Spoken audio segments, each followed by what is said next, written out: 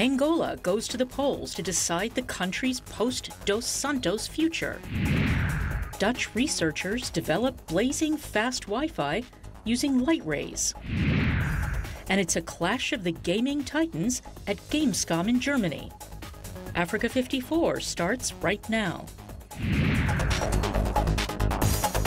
Good evening, I'm Esther Githuyu in for Vincent Makori. This is Africa 54. It's election day in Angola on Wednesday as voters cast their ballots for a new president to replace longtime leader José Eduardo dos Santos, who is stepping down after 38 years in power. Dos Santos People's Movement for the Liberation of Angola party is expected to get enough votes to remain in power, led by his chosen successor, Defense Minister João Lourenço. Whoever takes office will face the challenge of addressing economic struggles in the oil-rich nation that has seen its growth hurt by a fall in oil prices. 5 parties are challenging the MPLA, and the 2 main opposition parties have accused the ruling party of using government resources for campaigning. Angola's election commission has dismissed fears that MPLA would rig the vote, saying the process will be free and fair. And standing by live via Skype from Luanda, Angola, with the very latest on the election today is our VOA correspondent in Southern Africa, Anita Powell. Anita, how are you this evening? And why is this election such a big deal? Well, as you said it, what is big about this election is what isn't in this election, and that is one president, José Eduardo dos Santos, stepping down from 38 years. So, well, Anita, we're having a little trouble with the sound there, but what are we expecting in terms of results? Well, that's the million-dollar question. The MPLA, the ruling party, is very popular and is widely expected to do well. The opposition is also expected to gain some ground, although the MPLA is expected to win, which will make João Lourenço the new president of Angola. And what are the biggest issues that the candidates are talking about here? I would say it boils down to one thing: the economy. All 6 of the parties have addressed the economy abundantly because it's the one thing that voters seem to care about the most. And that's because Angola is one of the world's most unequal countries despite its oil wealth. It's riven with unemployment, high inflation, and it's dependent on imports. So everybody wants a solution to that huge problem. We've seen international observers during this election. What are they saying? Is the poll free and fair? I want to be careful to qualify. We don't have the European Union observers here. Well, Anita, looks like we're having a bit of trouble there with the sound. Opposition has complained. All right, Anita Powell, we appreciate your insight. And that's Anita Powell, VOA's correspondent, reporting for us from Luanda, Angola. Now, African leaders and the political elite often shun hospitals on the continent to seek treatment abroad. VOA's Paul Cisco tells us more. Nigerian President Muhammadu Buhari is back home. Throngs of cheering people lined the streets in Abuja, Nigeria over the weekend, welcoming their president home. The president has spent much of 2017 in Britain, receiving treatment for an undisclosed illness. President Buhari arrived in the capital Saturday from London, where he had spent more than 100 days there under medical care. It was his second medical leave this year. In January, President Buhari left Nigeria on what was first billed as a 10-day vacation. But his time away was later extended with a letter to the National Assembly saying his doctors recommended more time away to deal with his health issues. That London sojourn lasted over 50 days, fueling rumors and false reports of his death. Muhammadu Buhari is not alone when it comes to African leaders opting for foreign medical care. Zimbabwe's President Robert Mugabe has visited Singapore several times for health checks. Meanwhile, his country has suffered through frequent strikes by doctors, nurses, and medical personnel at the nation's public hospitals, protesting low wages. In Angola, after a prolonged absence, officials confirmed longtime leader José Eduardo dos Santos was on one of his regular health checkups in Spain. Despite its oil riches, Angola's infrastructure is suffering. Last year, yellow fever claimed several victims after severe waste collection cutbacks. Benin's President Patrice Talon has had at least 2 surgeries on recent visits to France. Over the last decade, multiple African leaders have died in office, did so while seeking treatment abroad. Zambia's Michael Sata died in a London hospital in 2014. In 2012, Ethiopia's Meles Zenawi died in Belgium. Gabon's Omar Bongo died in Spain in 2009. President Malam Bakai Sanya from Guinea-Bissau died in France in 2012.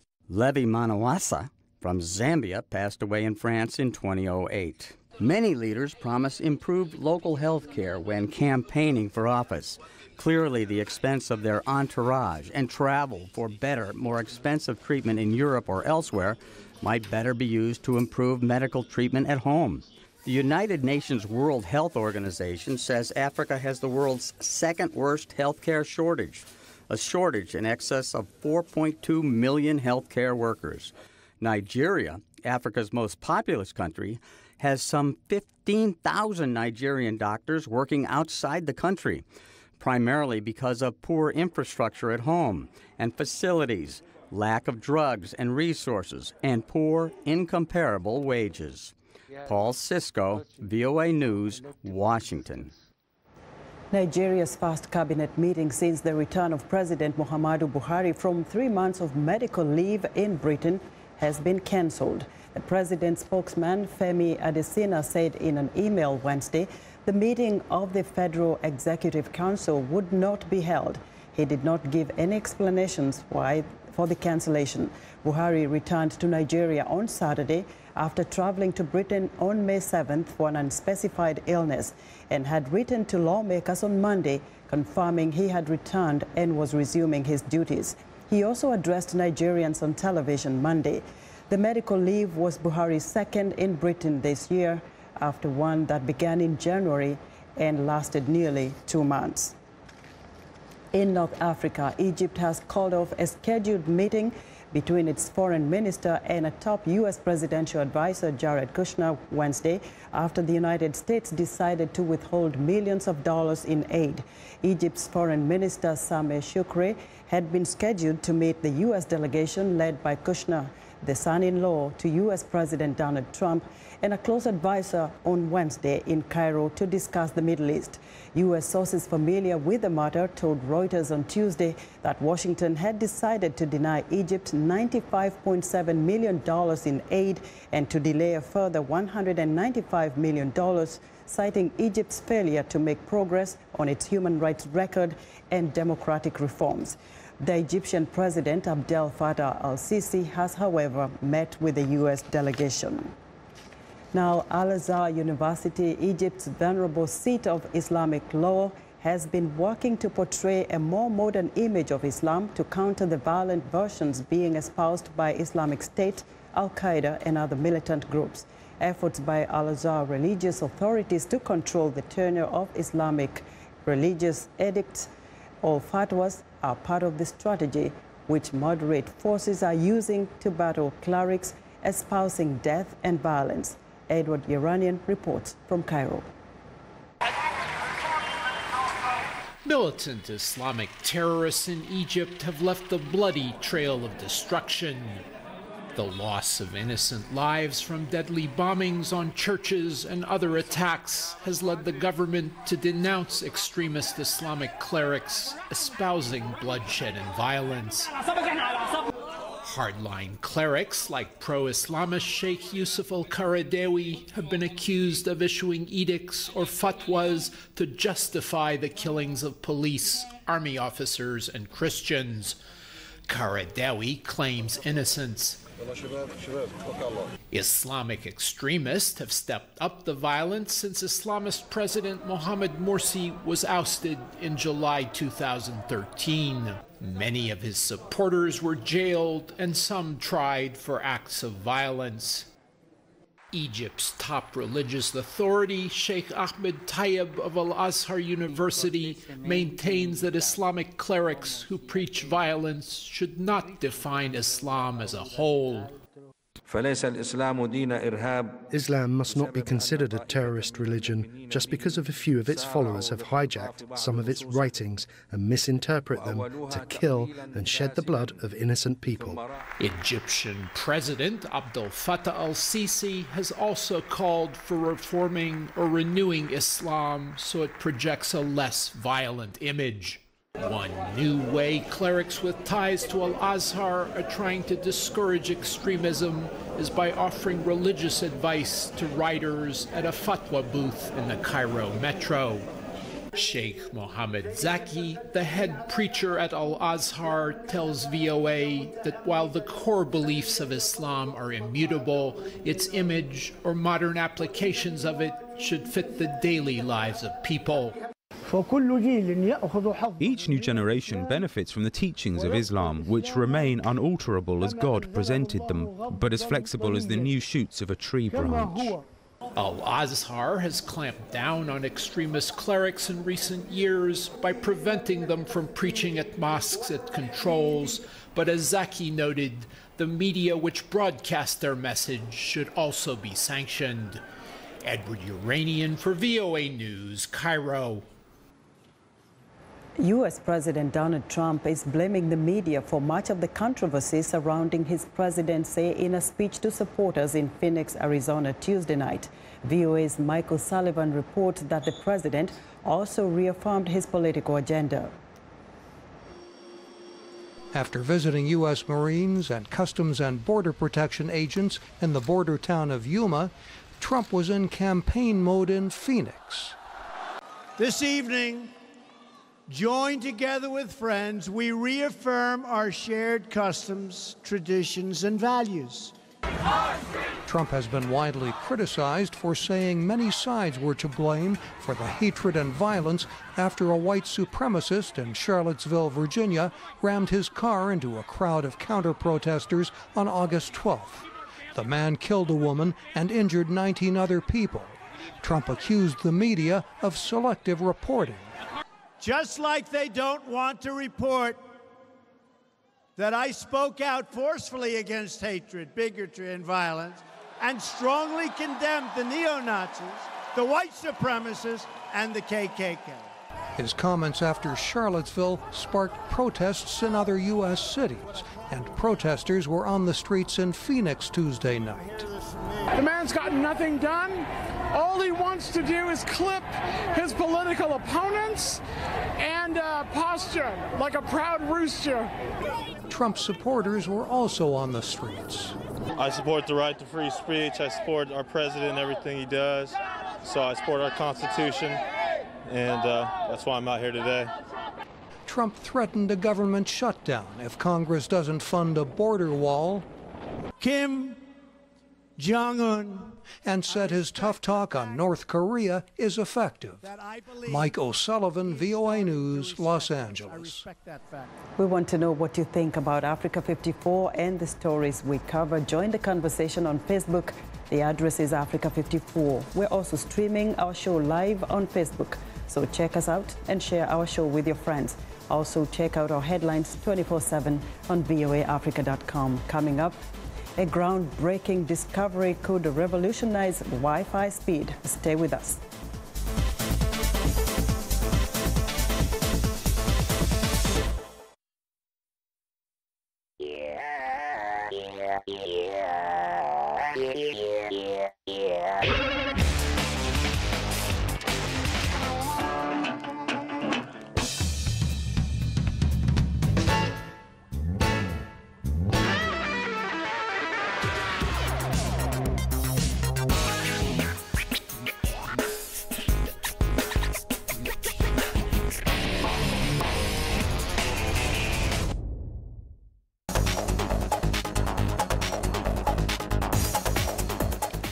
Now, in Wednesday's business news, Africa remains underfed and it fails to produce even 2/3 of all that it consumes.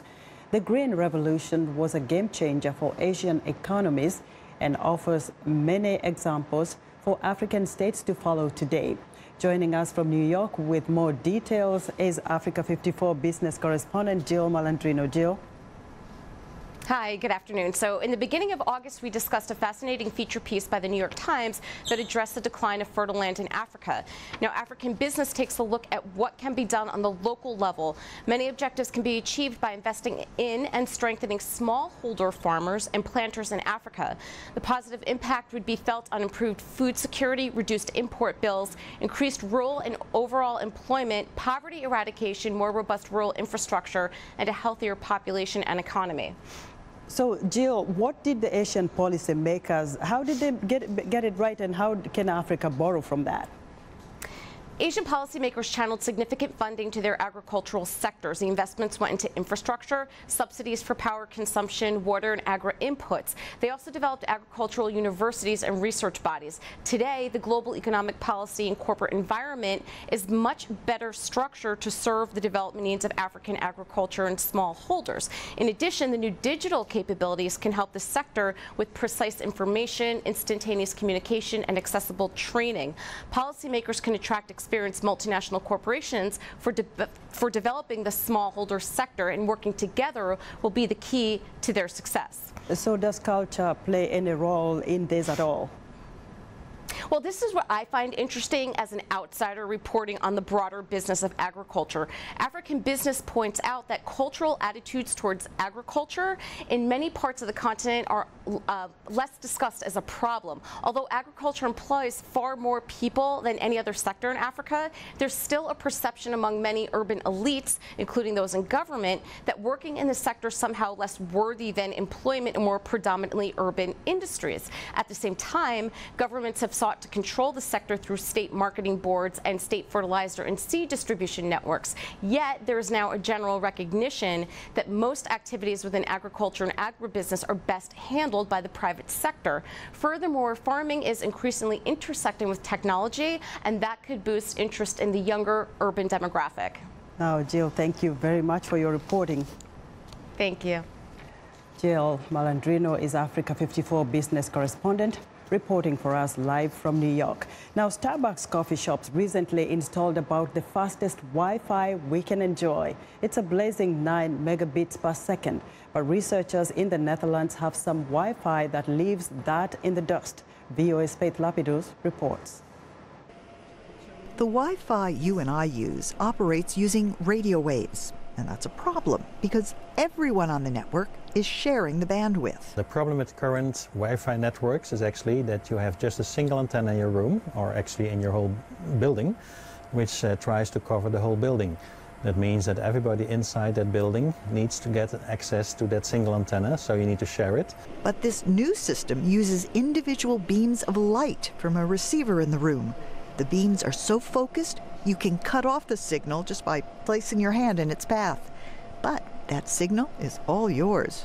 No sharing. This wavelength has a particular position where the receiver is located. So if we wanted to move our user in another position on the table, we need to send another wavelength to reach that user. Each individual beam of light is a network. Well, what we develop here is to get an alternative for Wi-Fi. So what we're doing actually is using rays of light, which convey the information in a wireless way. And each ray is acting as a very high capacity channel.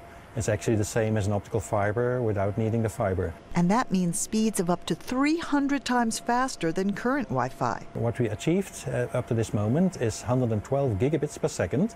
That's actually speed if you try to compare it to daily use. That's where you have a DVD disc, for instance, with a high quality video on it, which roughly has 5 gigabytes of information, which means 40 gigabits. So we almost transmit 3 of these DVDs within a second, within a single beam of light. The system is cheap and more secure than Wi-Fi because the light beams are so focused, no one can hack into your network. The researchers say they expect the technology to be widespread within 5 years. For writer Kevin Enochs, I'm Faith Lapidus, VOA News. Now, recruiting for jihad is a Norwegian expose on the practices extremist jihadists follow to recruit young men to fight for ISIS. During filming, Adel Khan Farouk, one of the 2 filmmakers, had an unprecedented access to a radicalized network of Islamists in Europe.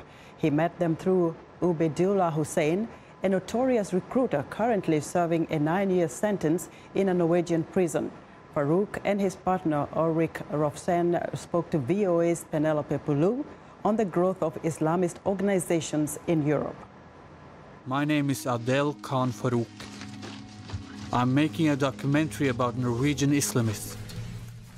While filming for his documentary, Recruiting for Jihad, Adel Farouk gained access to a radicalized Islamic community throughout Europe through Islamist Ubaidullah Hussain. Everyone can hear me, inshallah? In these days, when we are living in Denmark, Sweden, Norway, UK, etc., we have to defend Islam with our life and death. Farouk wanted to learn what was behind the radicalization of people like Ubaidullah Hussain. It's not only in Norway, it's in Sweden as well, Denmark, UK, France, Belgium. You always find a small minority of people who don't fit in.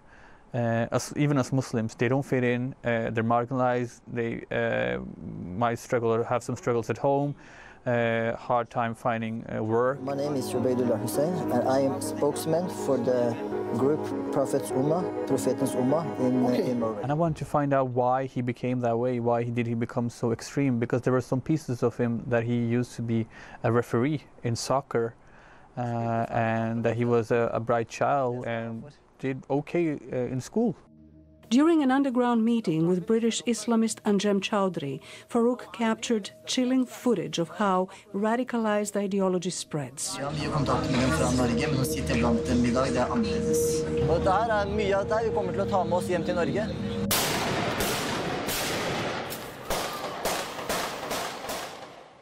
In 2015, Islamic extremists waged a series of attacks in Paris, first against the French satirical magazine Charlie Hebdo, and months later at a concert hall and football stadium, killing 130 people and injuring 368.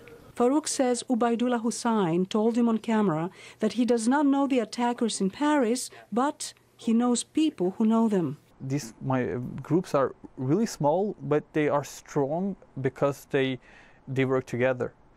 They either visit each other, have like some called sessions, call it a seminar of some sort. Ubaidullah's recruitment of a young Norwegian brought him to the attention of police.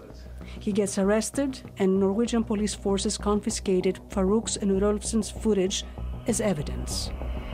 The filmmakers' fight for freedom of the press became a story in and of itself. Ulrik Rolfsen and Adel Farouk took their case all the way to Norway's Supreme Court. They won. The key issue is that for any democracy, it is very, very vital that journalists and media are separated from authorities. My power is to tell stories and expose societies or things that happen in society, to educate the public. And I think it's important that we don't step on each other's toes. To the open-ended question whether such a documentary can fuel fear and mistrust against Muslims, Farouk responded that he wanted to reveal how these cells operate on the fringes of society. That was very important to both me and Ulrik, because most of the Muslims are not like him or like these guys. They're normal people.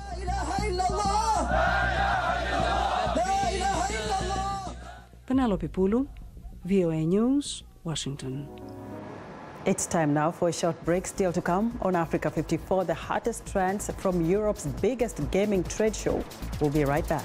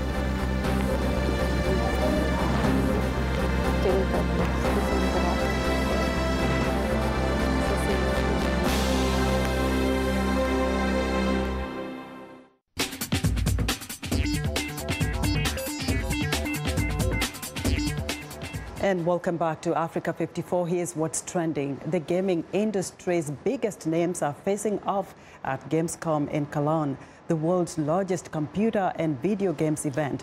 One of the stars is Microsoft Xbox's latest creation, the super powerful new Xbox One X. Billed as the world's most powerful console, the new device, formerly known as Project Scorpio, packs 6 teraflops of graphics processing power and enables true 4K gaming when paired with a 4K display. Nintendo is showcasing upcoming titles for its fan-focused Switch console.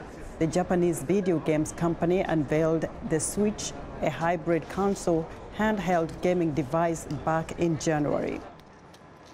Next up, the pink blooms of the fireweed plant are a common sight across the northern hemisphere at this time of the year. But in Russia, the plant is more than a pretty flower. It's used to produce a traditional kind of tea, which locals say is growing in popularity.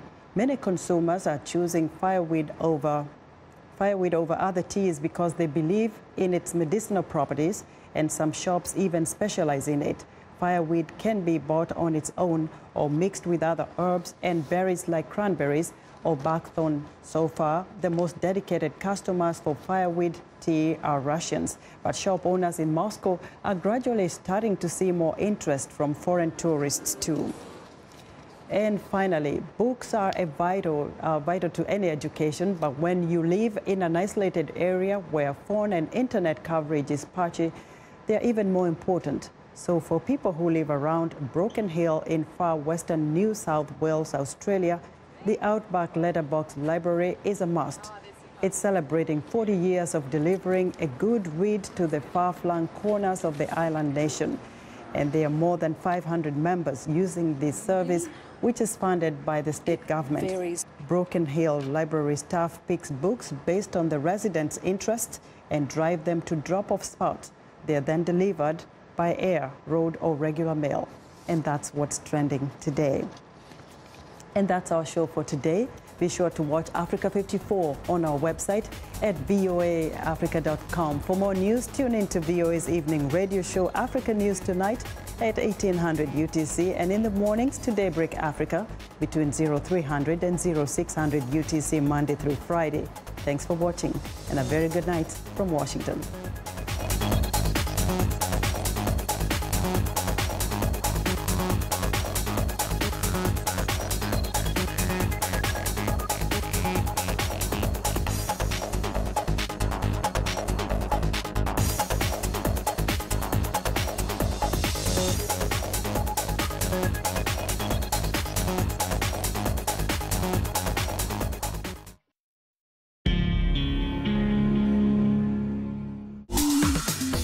Welcome to English in a Minute.